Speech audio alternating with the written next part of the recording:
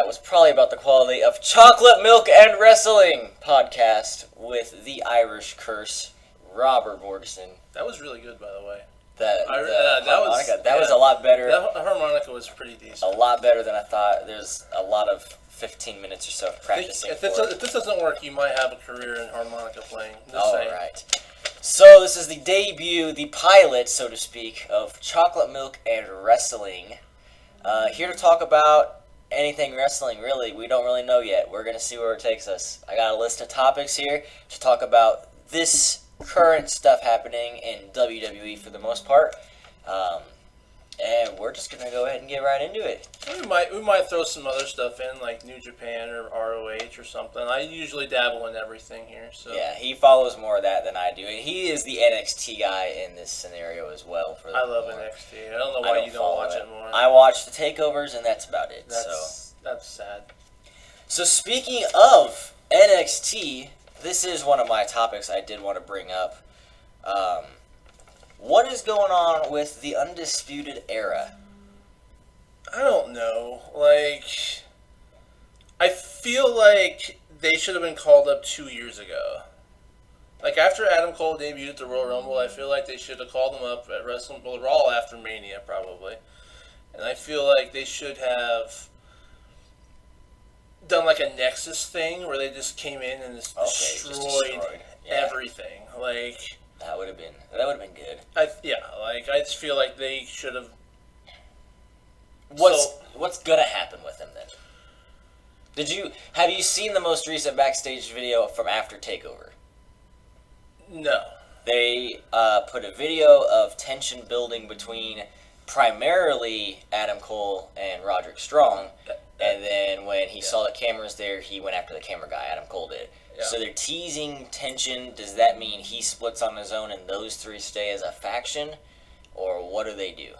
That's actually what I said was going to happen. I think I've talked to you about this, where I was just I think if Adam Cole is going to debut by himself, he has to get kicked out of Undisputed Era. And I think the only person that would be able to take over Undisputed Era would be Roderick Strong.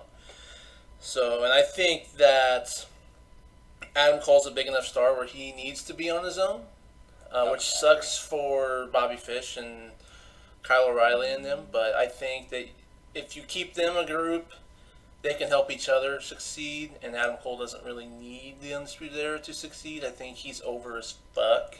So no matter where he goes, I think he'll be fine. See, he is. He doesn't need them. And they need him more than he needs them, obviously. But if it's not broke, don't fix it. And I think that they have a special faction in them that they should not. Here's my theory. I'm going to give you the Johnny Law theory here. Can't wait. I think that they might be, whether it's with him or it's the three of them and he staying in NXT maybe, I think that they are going to be a extreme surprise call-up sooner than later that was not involved in the Superstar Shakeup, which we'll talk about here in a minute, because you don't want to overload your main flagship shows with factions. And if you noticed recently after the Shakeup, they have disbanded every faction they have, if I'm not mistaken. Sanity is no more, Riot Squad is no more. Was there another one? Other than the Big E injury, the Shield is no more. And Dean Ambrose was not coming back. It's quote-unquote not coming back.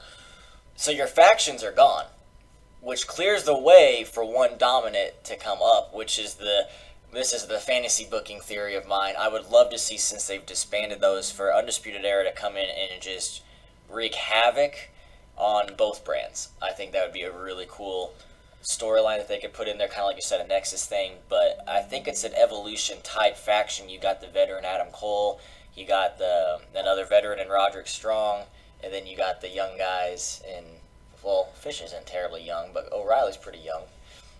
I feel like they could have, if Dean Ambrose does indeed stay, I feel like he is. I feel he is too. I think this is all a work. He's coming back in some way. I think they will. I think that if you're going to keep them together, I would love to see them go against the Shield, but I would also love to see them go over on the Shield. Because I think that would be a very huge way to get them over as a group and over as a, for people to buy into them as an actual faction. I think if you put them over the Shield, you could probably run with that program for probably a solid 3-4 months. And then afterwards, you could just have them destroy whoever you wanted. Kind of like, the Wyatt family thing ran a few years ago, except for you may have them win a few matches here and there other than that. But I think that'd be hard to do with, who knows, like, I do think the Dean's a work, and we'll go into that here in a second, too. I think that's a work, but regardless, if he stays, you got Reigns on one show, Rollins on another show, so that's a fantasy booking that probably won't come true this year. But, so let's talk about Dean Ambrose. You said this is a work. Absolutely. There's no way it's not a work. With the WWE posting on their website that they're showing a video of how Rollins and Reigns tried to get him to stay, that just, like, everything that, they've never gone on their website and said, hey, he's not re-signing. They've never gone on YouTube and shown, like, hey, we're trying to get him to stay and all this good stuff. I don't believe that any of this would be shown if he was actually leaving. I think, and especially if he was going to go to like a rival company like ROH or AEW or wherever. Yeah, I agree. My only thing is, like, he's been a workhorse for him, so maybe they're trying to give him this nice, farewell. But it's Vince McMahon. We all know that's not happening. Especially as Luke Harper was just, as of today, from what I read, denied his request for release. But again, he didn't request release. He made it known that when his contract's up, so it's different. I think that he is not leaving his wife in WWE. I don't think he's going to not travel and stuff, so I definitely think he's staying. I think what happened is his entire heel turn and basically all of 2018 into 2019 has been an absolute bust on Dean Ambrose. This is a work to remind the fans how much they love him. And personally, which is going to be our show closing thing, but I'm going to go ahead and spoil it now, my prediction to come out as a surprise entrant and win Money in the Bank. That's interesting. Surprise entrance and Money in the Bank. They usually set that up pretty far in advance. The only time they didn't was when they did like a New Day thing, like it's going to be one member of the New Day. You never knew who it was, even though deep down you probably knew it was going to be Kofi.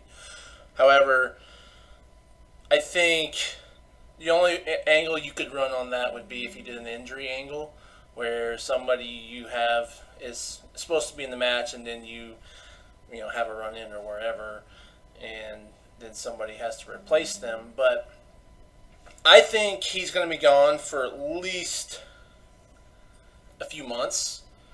I think that in order to get people to at least miss him, give them a chance to, like, oh yeah, remember that guy? Like, he was cool once upon a time.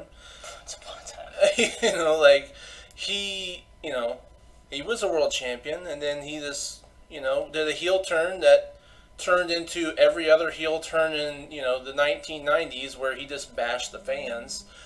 I mean, that heel turn was like probably one of the worst heel turns I've ever seen. You did it perfect with when you turned them. Yeah, it started out really well. It started out like gangbusters. You had everything you needed naturally. You didn't need to do anything else but just let him not even speak. You didn't even need him to speak. Yeah, you called that from the beginning when he came back. You said when he came back, you're like, he hasn't talked yet because he's heel turning. You said exactly. It for like a good 2 months. He isn't talking. He's on the heel turn, and then he turned heel, and then he still didn't talk. And it just happened naturally. And then you had him speak, and the first thing he said was, you fans are the reason I'm doing this. You fans are the toxicity of the WWE and all this good stuff. And I'm like, wow, that's such a flashback to the 90s. That's like the Iron Sheik and all those old wrestlers who would just be like, the fans suck. You guys, shut up. You guys suck. Like, that's just like, you didn't need to do that. So I think they just ruined everything with it. So now they're just like, let's just do this whole angle where we're going to make him leave. They'll just keep him away for a few months. They'll bring him back thinking, okay, they forgot about how bad that we just kind of buried him. You really think that they can keep him away for months? This is, a guy Absolutely. that's starting to become, an attraction with the crowd again. The crowd's going to miss him. This is a guy who's done a lot for the WWE. Vince is not going to want to go without one of his toys for months if he can help it. Yeah, you can see how well he's been playing with that toy the last few months. Yeah, he's been getting a Claymore kicked in the head. Exactly, he's been Claymore kicking. But it's been some of the most entertaining It's like Sid stuff. from Toy Story. It's been some of the most entertaining stuff. If I'm going to fantasy book, and I'm giving you my prediction, my fantasy booking is I hold off a little bit longer on a Bray Wyatt return, and I do a similar, I see kind of like, he needs to come back. And so I do a similar Triple H Undertaker return before WrestleMania where Bray Wyatt comes out, and I think he's going to come out to a good reaction.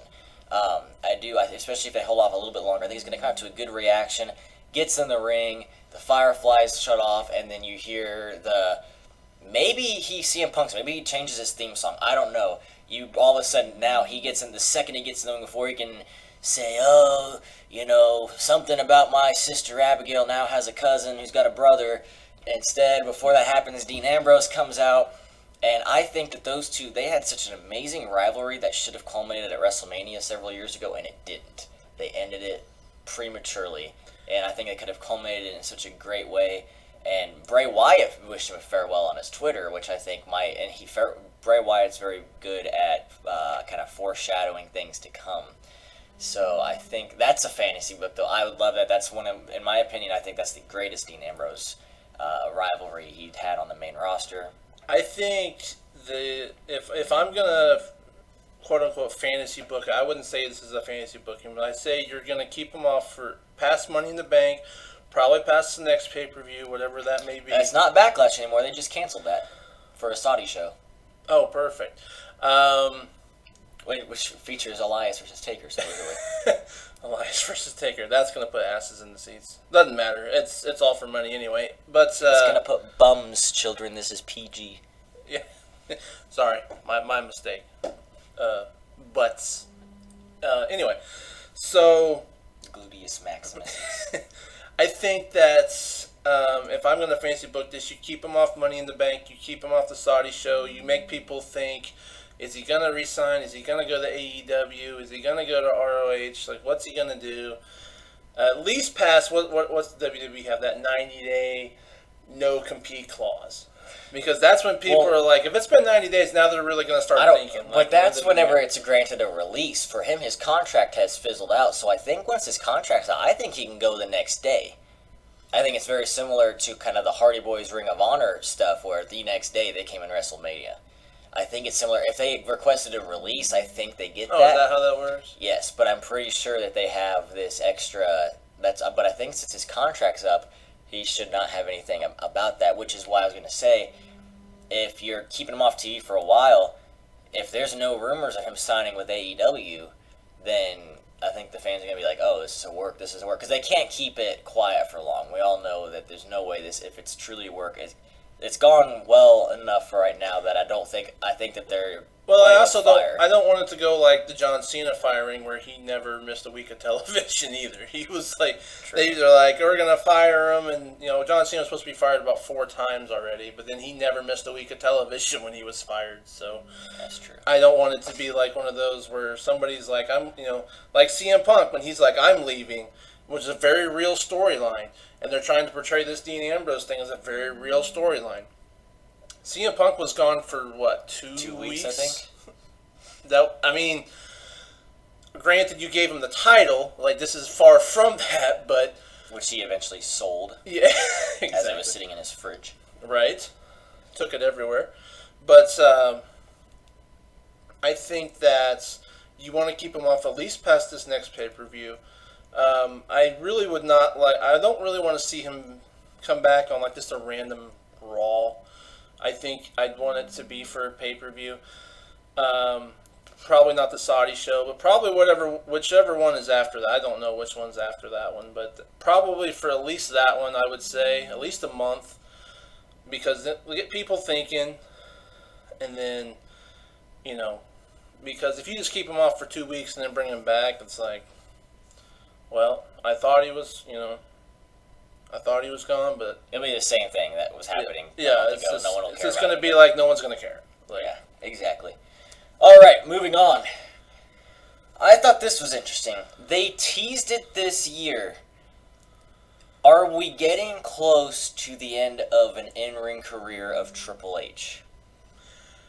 You know, like when we did our WrestleMania picks, like I picked Batista to actually win that one. I thought they were going to end. I thought that was the only. That actually was the only influencing factor on why I picked Batista. Like because they have Triple H wrestle just like the Undertaker did every year, once a year usually, unless there's a Saudi show for money. Like I get it, but once a year at Mania is when Triple H wrestled, and then they teased where he would, his in-ring career would be over. And I think, like, what else can he do at this point? Like, the last few Manias, like, he's been putting over Rollins, he's been putting over Daniel Bryan, putting over a lot of the younger guys. And then this year, I think they were going to go for, like, a Triple H Rock, I think is what they were wanting to do, but Rock couldn't do it or something. But so now they're like, okay. Well, they teased that several years ago. Was that several years ago? I thought that was like a year ago. No, they did a backstage segment years ago. Oh. And I want to say it was when Triple H might have had hair still. Quite possibly. How long has he not had hair? I don't know. I've lost track at this point. I don't know. He just put it on his face now. Yeah. It's better than his Harley Race impersonation Right. a few years ago. But I think that his in-ring career at this point, like, what else can he do? I figured the Rollins match, I think that was, a perfect way for him to put over Rollins and the perfect way for him to end his career, having him go off with this Kingslayer persona and gimmick, and it was, would have worked for him really well, and then that would have been it. I think that would have been a good point to stop his career. Better than the Batista one. See, here's the thing. I listen to other podcasts and I see these reviews, and there's a lot of poor reviews on this Batista Triple H match. I'll be honest, I thoroughly enjoyed that match. That for me was nostalgia because, one, it was Triple H and Batista, but two, the pace of that match was, and granted, no, this was by no means the highlight or peak of WWE, but it was a mid-2000s match where they got loads of time in this match, and it was a WWE match. It wasn't an indie match that you got out of Kofi and Daniel Bryan. It wasn't, this, we got to give women the main event and let's have them botch about every other spot triple threat match. This was a slow, methodical WWE big guy versus big guy match that, honestly, when's the last time we've had? Brock and Goldberg, but it wasn't a slow, methodical one. So other than that, when's the last time we really had these big guys? In my opinion, the last one that I can really think of that made me feel this way was, and by no means on the same caliber match, was Triple H, Undertaker, Hell in a Cell with Michaels as the ref. That's the feel I got in this. There was some good spots. There was the table breaking. Batista took crazy bumps for not wrestling in however long. But it was a slow, methodical, big men matchup that I was like, this reminds me of 2008. And it was kind of refreshing, even though people didn't like it. But for what it needed to be, the people there were probably bored, but that's kind of what they needed after that Kofi match anyway. But on TV, watching it, I really enjoyed this match. I think the Kofi match should have been more towards the end. I think the Kofi match took a lot out of the crowd right there. Because that was everything that the crowd just wanted to see him win, and the fact that he won and the crowd went crazy, and then after that, like, you saw, like, a lot of the crowd was just like, every match after that they were into it, but they were just like, they weren't as into it as they were into the Kofi match. So I think the Kofi match should have gone a little bit later, probably, definitely after the Intercontinental match with Demon, Finn, that was and just Lashley, to get the crowd down, yeah. The Samoa Joe, Rey Mysterio, like, you had them after it. They tried to fit filler between that and the women's match. Yeah, and it just didn't. By that time you're just killing the crowd even more at that point. So I'm gonna give credit to where I heard it at What Culture's podcast. I love those guys. Listen to them every day. But so here's what they brought up that I didn't think about. The reaction you got from Bryan and Kofi when they timed it out, the old WrestleMania pay-per-views, when you got the best reactions, were about 4 hours long, max. That ended at the 4 hour mark. That was right. It was at the 4. So I think any later than that, I think regardless, I don't think you're going to get that reaction. I think that that's just a condition thing of after 4 hours, I think fans just check out. Well, I just think that a whole 10 hours thing with 15 to 17 matches is It's ridiculous. That's ridiculous. It's I mean, ridiculous. I get it. You have a lot of people on your roster. You have a lot of people wanting them WrestleMania paychecks, but it's just too long to ask people to sit around. And by the way, these are the same people who have to come back for Raw and SmackDown. When we're just at Takeover. And we're just at Takeover, and Takeover is going to steal the show every single time, in my What opinion. a show! What a show! And I think that's why your crowds were not as into it on Monday and Tuesday as well, because they sat the previous night for 10 plus hours watching that WrestleMania. I agree. And it was just they need to trim that down. Yeah. So I'm gonna give my 2 cents real quick on this Triple H thing, and we'll continue. I think it's curious. I don't know who he would have a last match against. I think he's a guy he's gonna want like Kevin Nash to come back or something for his last match or something crazy. It'd be another Triple H, Shawn Michaels. Yeah, I don't know who he would want to end his career, but I could also very well see him putting over a guy like Gargano and then going into the sunset on that too. But actually, nah, take that back. I see his last match now that I just thought this just right now. I see his last match being Velveteen Dream, a guy that he has formed from the ground up to be a WWE superstar, and putting him over on the grandest stage in his his main roster debut, I think would be the culmination of something huge for both of those men. But them teasing it, the only reason I'm hesitant now about him ending an in-ring career is I always thought he would end his in-ring career to be inducted in the Hall of Fame, but they've managed to put him in through DX, so he is in the Hall of Fame, so he can be announced as a Hall of Famer, and he can keep his in-ring career, so that way whenever he's this authority figure, he can still go beat the holy hell out of the people and bury everyone with his golden shovel to make him a cerebral assassin. And I think if you take away his in-ring career, I think it gets lost. The reason why I'm kind of surprised that Batista didn't win this is just because the fact that now that you've said his career was on the line in this match and he won, I'm going to find it hard for them to be able to pull this off next year. They can't do it within the next year, within the next WrestleMania. It'd have to be in the next couple. Because if I'm just going to be like, are you just going to have a retirement match every single WrestleMania? Is it like a Ric Flair thing where you lose your next match, you're gone? Oh, God, watch him dig up Ric Flair. Literally, by that time, they might have to. Oh, too soon. Okay, moving on.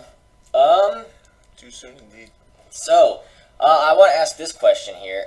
How long is Kofi going to hold that title? I don't want to take too much time on this. So, I think he's going to have a few defenses. I completely believe that Kevin Owens is going to turn heel on him, and they're going to have a match, maybe even as soon as Money in the Bank. But I think that he will win against Kevin Owens. I think I think Roman Reigns is going to have a match with him probably pretty soon. I think there's no way that he's going to get moved over and not get a match. So I think he's going to go over on Owens, and then he's going to fight Reigns, and I'm going to find it real hard to believe that they won't give that to Reigns whenever that does come around. So I'm going to say he's going to have one or two defenses, but SummerSlam season. Yeah, I think SummerSlam, Survivor Series tops. You got I think you got to do SummerSlam.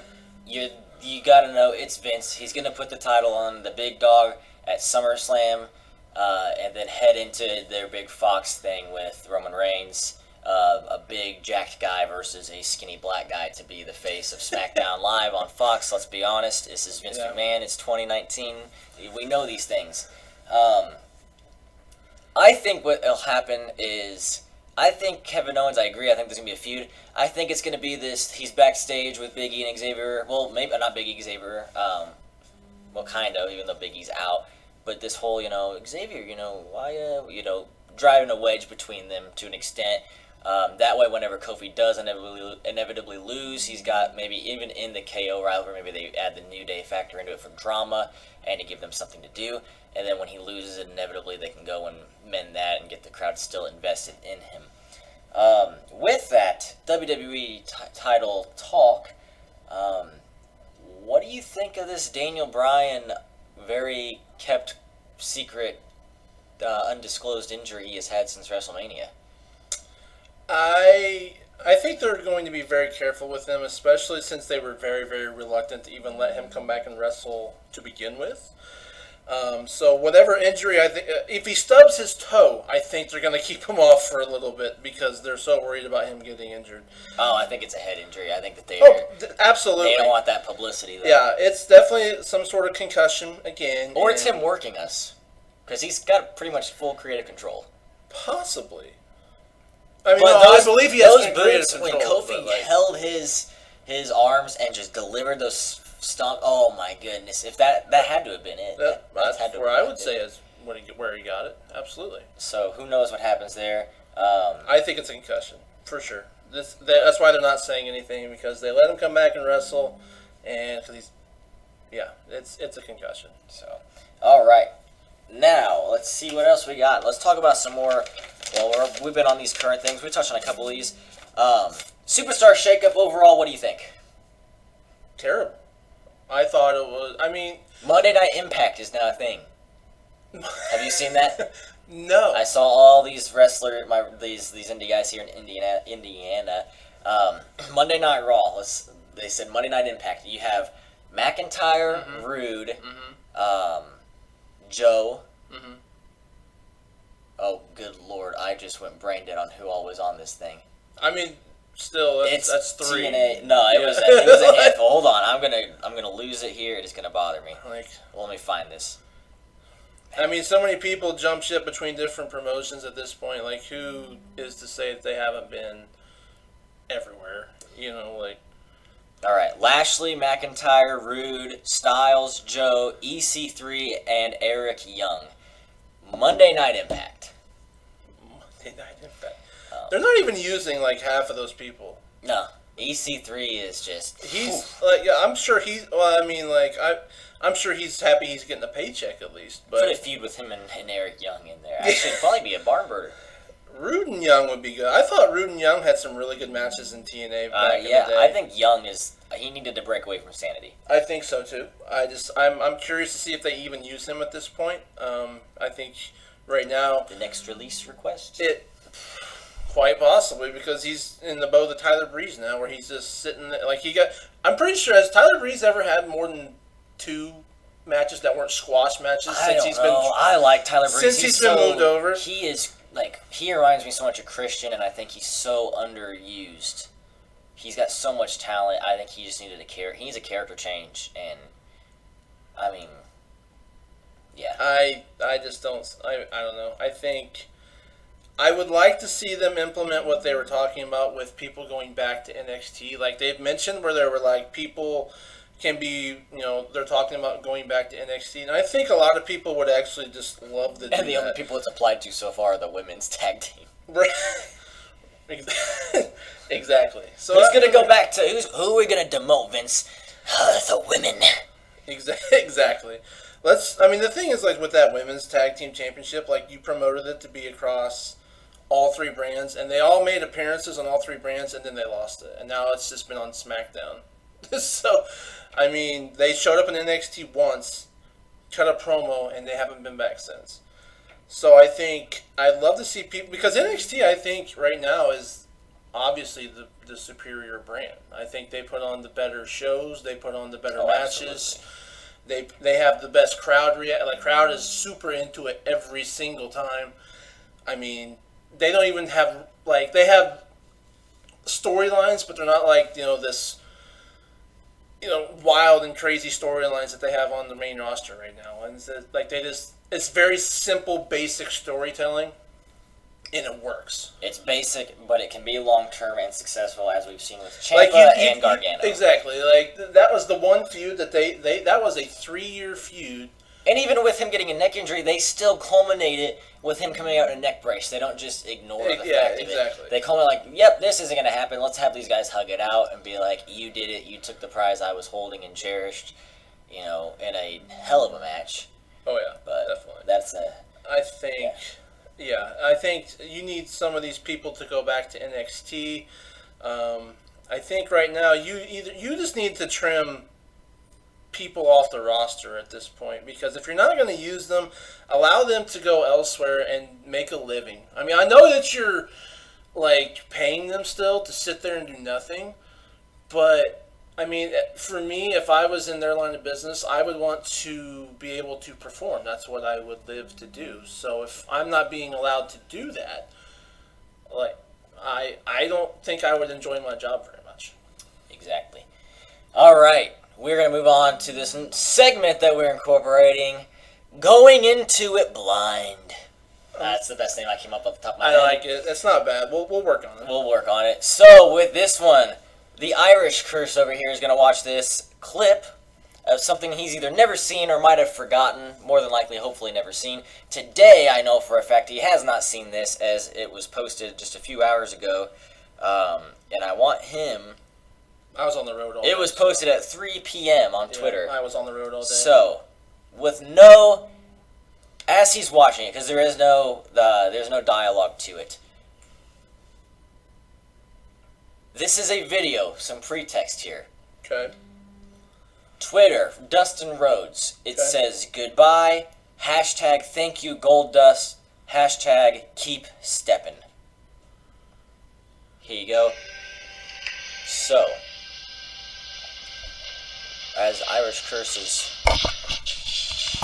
watching this intense video here, I encourage you guys all to look at this Dustin Rhodes Twitter to see this.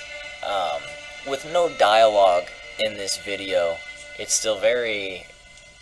There's more emotion in this 53-second video from Dustin Rhodes than there has been in most storylines in WWE in recent weeks. And there's a really creepy, creaky old chest, and it's pretty cool. Yeah, I don't know if you can hear it in the background, that's him closing the chest, or moving it of some sorts. We'll get Irish Curse's reaction here. And that is it. So, what happens here is Dustin Rhodes, a.k.a. Goldust, is packing his Goldust suit with a mannequin head that's painted as Goldust into an old chest and says goodbye and closes the chest. This, of course, is in regards to him joining AEW and wrestling Cody Rhodes here at Double or Nothing on May 25th. Wait, that's a thing? That is a thing, yes. Oh. See, I was on the road too much today. So, I looked it up after watching that video because I did not know that was a thing.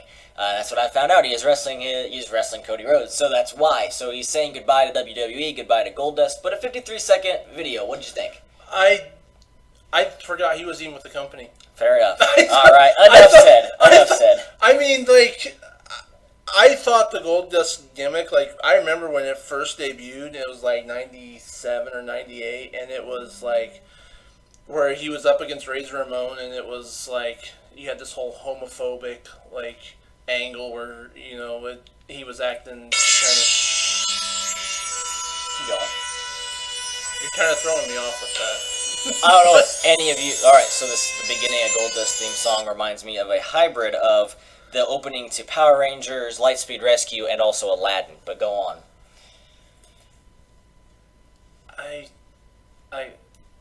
You were saying. I'm lost. You confused me. Anyway, God, you really threw me off there. You forgot he was with the company. The character itself was good. The character was good. I mean, making him Intercontinental Champion was perfect. I think the last few years, The thing with the Rhodes brothers, when Cody was with the company, I thought that was a very good angle with Dusty and Dustin and Cody, having them win the tag team championships and hugging it out at the Battleground pay-per-view. I thought that was super. The Golden Truth? See, the thing is, they did that, they broke up that tag team, and they were bringing back heel Goldust, and I was, super excited, because I was like, yes, this is what I grew up watching in the late 90s. It was great. And then they did, this whole 2-3 week vignette thing, and then they had R-Truth, I think, beat him up one time, and they never had a match. And then you never saw him on TV again. True. So I was just Truth. like this could have been really good. I thought he was one of the best heels in the company, like in the late '90s. I mean, his in-ring work. He is hit very Roddy solid. Piper with a car. His in-ring work is really solid too for his age as well. Oh yeah, definitely. Very, I very still think he solid. still is a solid. great wrestler. At his I age. I want to thank Goldust Oh yeah, on a definitely. personal level Yeah. because he so I wrestle independently here in Illinois and Indiana, and he you know his thing where he like drops down to both of his knees and just like thrusts up to Yes. the throat. Yes. Okay, so I had to use that in a botch in one of my matches. I went for I believe I was going for a spinning head scissors, and the individual I was going against was not ready for it at all. He stood squared up to me, which is not how you take a head scissors, by the way, for anyone listening. All you aspiring wrestlers out there. So he didn't, and he's much bigger than me, so I'm like, well, I can't run into him and clothesline him. That's going to do nothing. So I stopped, and I hear people go, ooh, like they knew there's a botch. And so I just dropped to my knees and laugh and just slap the shnikes out of his throat. And we played it off. I stood back up, and I said, throw a punch, and he threw one. I ducked it, dropped to my knees, did it again, and it got laughs and stuff. So thank you, Goldust, for helping me out of a botch situation about 4 months into wrestling. Thank you for your contributions. Absolutely. All right. The last brief thing before we wrap up this show here, kind of two of the last. Do we even want to talk about Taker versus Elias at Saudi Arabia? I also didn't know that was a thing. I don't know if it's been official, but apparently that's what they've built I with really, that really interruption. like Elias's whole gimmick. The thing is that they need to stop having everybody come out and just beat the crap out of him in 10 seconds. Like, I think his gimmick is great. The crowd is always has a reaction to him, whether it's positive or negative. But that's all they need, because his in-ring work's not great. But you're not giving him a chance to develop any in-ring work. And if, I'm sure and if he you does on thought live that his shows. in-ring work wasn't great, you should have kept him in developmental. I'm sure he does get stuff on house shows. Possibly, but I think Maybe they're developing that. you're into things having you're wanting me to believe that the Undertaker, 50, how old is he? Is he 60 yet? I don't know, but He's he's gotta losing be his up hair. there. It's creepy.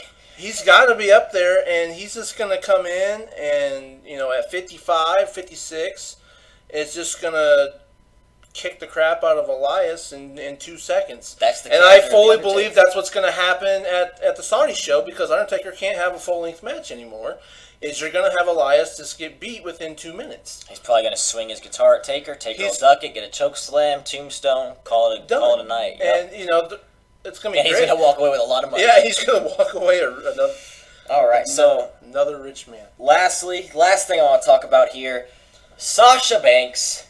Couldn't finish this without talking about Sasha Banks. What's happening with her? She's pissed. I mean, Is she out of? Is she I leaving? think- Is she requesting? What's going to happen? I think absolutely she has every right to be upset when you put her and the other 4 horsewomen at the forefront of this women's revolution, and you bring in this women's tag team. You introduce this women's tag team championship belts, and you're gonna put them on the people who you feel helped start this revolution. And you're going to have them show up and do vignettes, and they're going to defend it on every brand, and they're going to do this, and they're going to do that, and then you have them lose at the very first defense that they have. In a very jumbled match, I feel like. Bailey took that glam slam like a champ from She the did. top. That was, like I said, at first when they, I didn't even see that tag. I just thought, how did she even pin her? I didn't even see the tag, and then they showed the replay, because they couldn't. I was just like, oh, that's what happened. It was just a jumbled mess. But anyway, I would imagine from her standpoint, you're probably being told you're going to have a lengthy run. At least you'd think 2 or 3 defenses, right? I mean, if you've been main event of this pay-per-view, you've been in the first Hell in a Cell, you've been, at the forefront of this revolution for however long it's been, years probably at this point. And you've been rewarded with this, as an inaugural champion, but then you immediately have them drop it without even telling them until the day of. It's like everybody knew that they were going to drop it except for them. The thing is, though, come on, it's the WWE. You should expect nothing less. You understand that things change on. You gotta understand that it's gonna change day up. It can very well change day up. The thing I loved about it though is it was such a swerve. Even though I picked Iconics in our WrestleMania picks just because I wanted to see them win, but I think the majority of people were like, Sasha and Bayley are retaining, and if they lose, they're losing to Nia and Tamina. So the Iconics winning out of nowhere, I think, was a huge swerve that no one expected. And I think if you go back and listen to that, the crowd, I think that they were very like, what? Is this real? I feel like... But did you hear about them laying on the floor at the hotel, just yelling and stuff?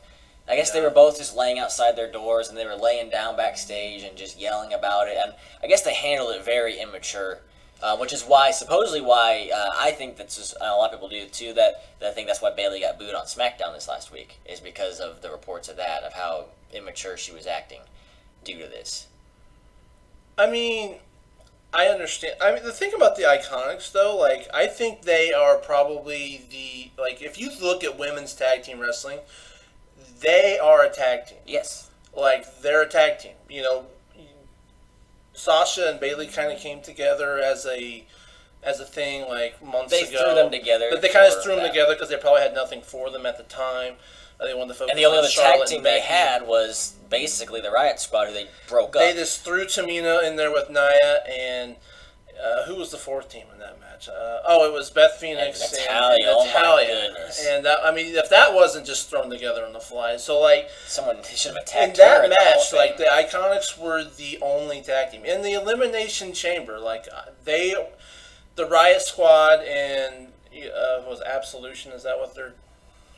Fire and Desire. I don't remember. Sex and Violence. Yeah. Sex and Candy. I don't know. But I felt like I picked the Iconics to win the Elimination Chamber.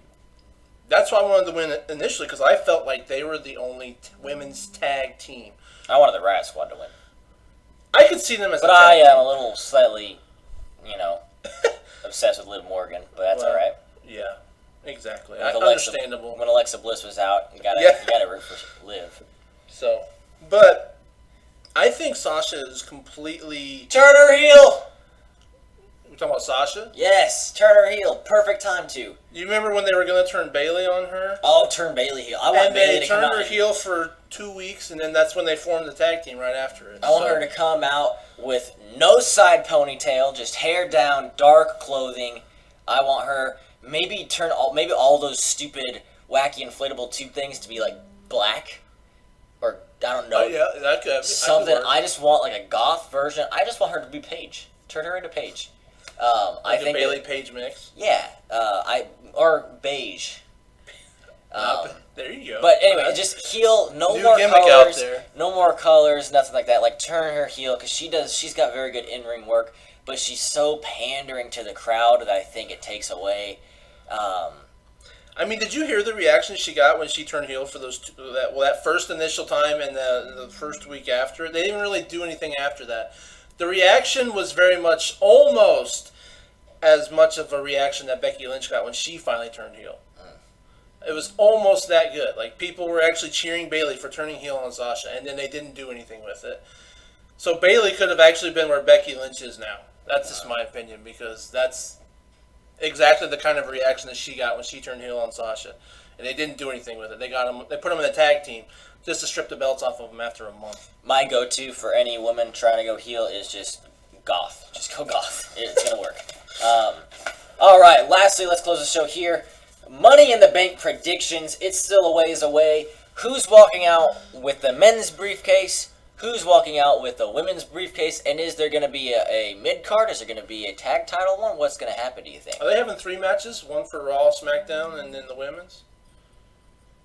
Ooh, I don't even know about that. I mean, I would think they would have to, wouldn't they? But what do you do? Because what if... Because the women's are not unified. So let's say somehow it's split. Would you do That's true, a the Raw women's men's? You don't even have enough women for that.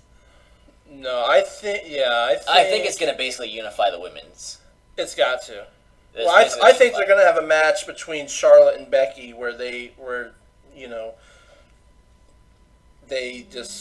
think that's going to be probably feud initially for Stephanie her. will come out and be like, in order to give everyone a chance and show that these women really can do it, the champion will go to either brand.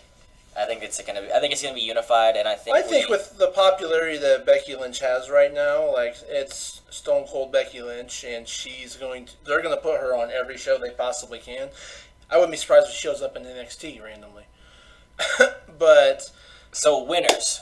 Let's pretend that there's 2 men's and a women's. all right, so if there's 2 men's and a women's for Raw, I absolutely believe AJ Styles is winning it. There's no way they're not going to put him right away against Seth Rollins, which I think would be an amazing match if they actually took the time to book it properly. And I think AJ would be the type of person to be like, I'm going to cash it in at this pay per view, kind of like an RVD thing, or like any good guy. Any good guy would do.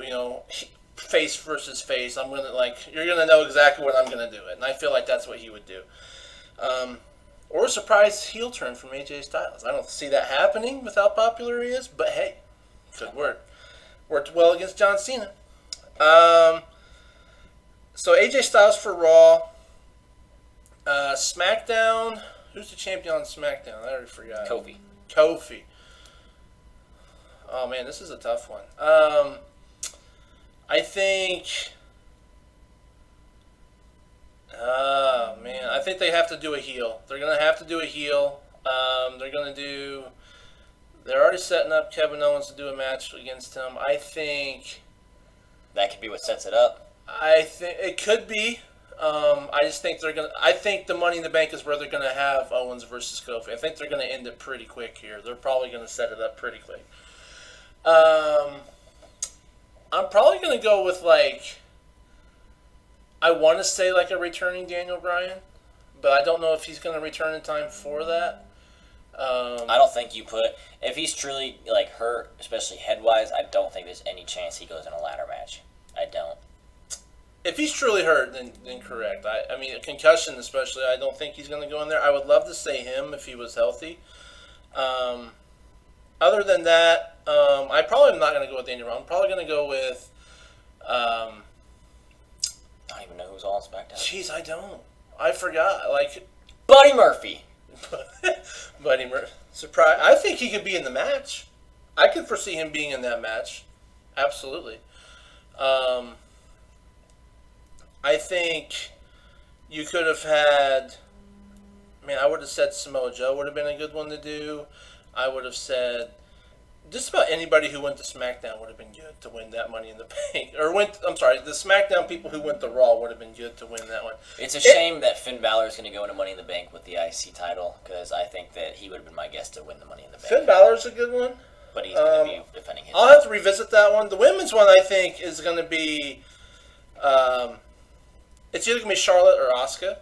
And I want to say Charlotte, for sure. Has she won one before? I don't think so. I don't think she did, but I foresee her winning that, absolutely. And then, this SmackDown men's is really going to throw me for a loop. I don't even know who's on the SmackDown roster.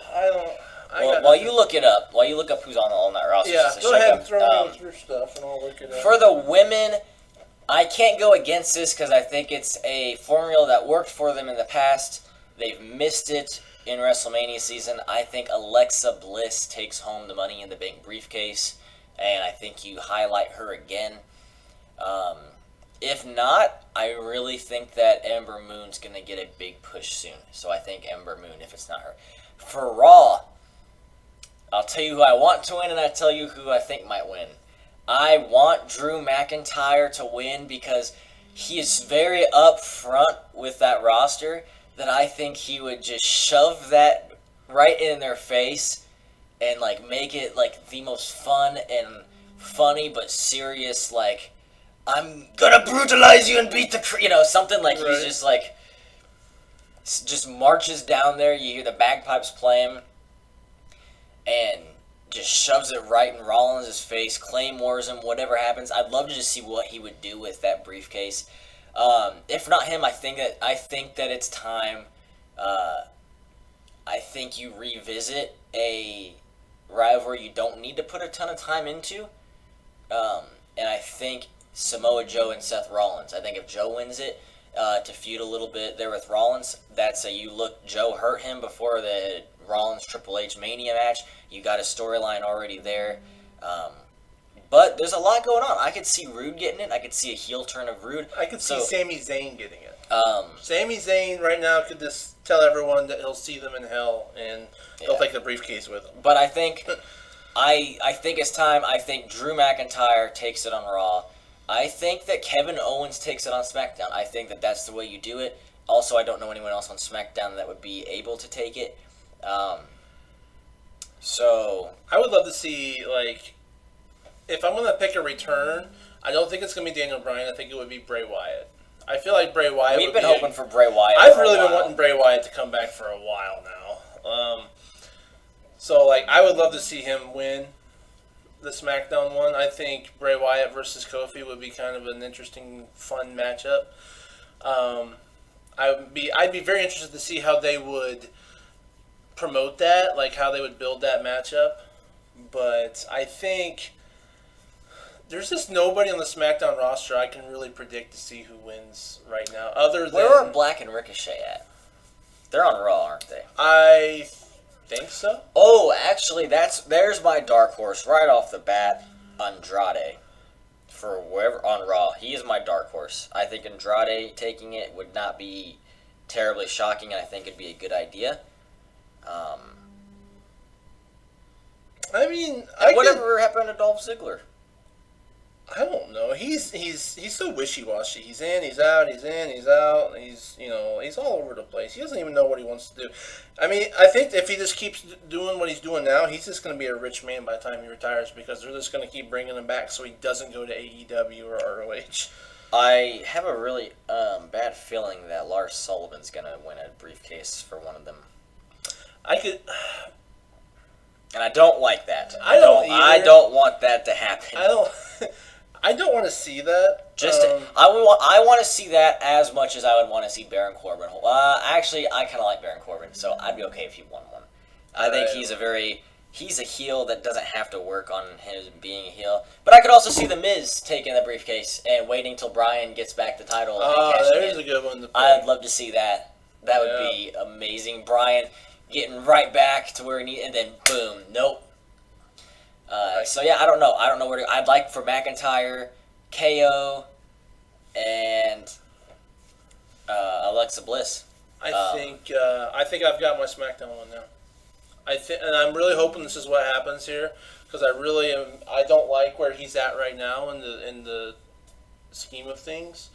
Shinsuke Nakamura. He's on Raw. Is he on Raw? I thought he was on SmackDown with Rusev. Oh, he is on SmackDown. I was hoping he was going to go to Raw. He was on. Me too. He needs to go back to being a babyface, and he needs to get back to his old music where the crowd can just. He needs that. I really like this new music though. He needs that dark. He needs that dark arena, and you need that green little thing on there, and you just need to hear.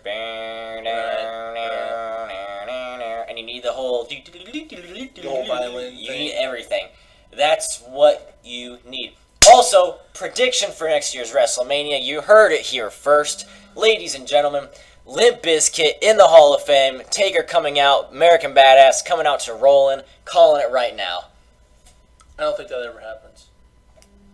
Calling it right now. I don't think that ever happens. Or they bring Limp Bizkit out to Saudi Arabia. Because, I don't know. Fly him out to Saudi. I think if only we could fly. He needs to. I really need Undertaker to just be done at this point. I think when he lost, he should have retired. And then he went for like how many more matches? When he lost to Roman Reigns, he should have retired. I mean, like, at what point, you're just here for money and you're kind of ruining the reputation that you've built yourself. The end of Taker, here's how I want Taker to go out. Here's how I'd fantasy book this. I know we're off topic from where we're talking about Money in the Bank. I know, right? Here, how I would book the Undertaker. Undertaker dark horse for Money in the Bank. Oh, hell no. Just because I saw this in person. I saw this rivalry in Bloomington, Illinois. I witnessed the Undertaker return with the hooded people and the casket and Paul Bearer, a massive just Dark Side versus Dark Side promo leading into WrestleMania with Kane versus The Undertaker. Yes, it's going to be an awful match, but the pyro you're going to get at Mania, everything you're going to get built up to it, the lightning strikes, the caskets, some Paul Bearer references, fire, burn, burials, you're going to get just the most theatrical build-up to it that I think that's the perfect way. I think they go out in Hell in a Cell, Kane versus Undertaker. Oh, jeez. What would they possibly do in that match? It's going to be one of them's going to get, the choke slam would have to come from the top rope because neither of them can jump high enough to get through a table. But just something nutty happens. I don't know. That's what I'd like to see. Kane versus Undertaker. Bring back the Inferno match. Bring back the Inferno match. That is my response to that statement. Yes. Agreed. So, I'm looking on my notes here. I don't think I have anything else. Do you have anything else? Burning wrestling questions, topics, concerns? There's a lot of concerns There's a lot, but we are 56 minutes into this now. Yikes, I was going for 30 minutes, and then we were going, I was like, okay, maybe 45, so. I've been known to ramble, so. So, if you stuck around for a full hour on this first podcast of Chocolate Milk and Wrestling, we appreciate you. You are a trooper. You are a trooper. I'd say split it up. I should have given you the warning, but ahead of time, split it up, listen to a half hour here, a half hour there, whatever you want. Maybe we'll get sponsors one day. I doubt it. It's possible. Never say never, Never say never. But yes, if you leave us a 5-star review, comment on anything you want us to talk about wrestling related, and we will do it. We will watch it. We will review anything that you want us to review. I've been watching wrestling for years. I've been watching it since probably 91. So if there's anything real old school, I'm pretty sure we could review it for you. When we were reminiscing on Royal Rumbles, he was in chronological order telling me the winners. I can tell you the winner of every single Royal Rumble since its inception in '88. But we won't go there. We won't go there. Another time. We don't have enough time for that. We will do Royal Rumble with Rob. Maybe on our next time. Oh, there we go. That's a new segment right there. Marketing. So, thank you for listening to Chocolate Milk and Wrestling with The Curse. The Irish Curse. Oh, right. Give him your full bloody name. Bloody name? Dingus. Robert the Irish Curse Morgeson. All right, and I am Johnny Becker. Johnny Echo, for anyone that wants to find me on Twitter or Facebook. That's my wrestling page. Yes, I am tag team champion at 2 different places. Cheap plug. Thank you for listening to Chocolate Milk and Wrestling. We will be back at you next week.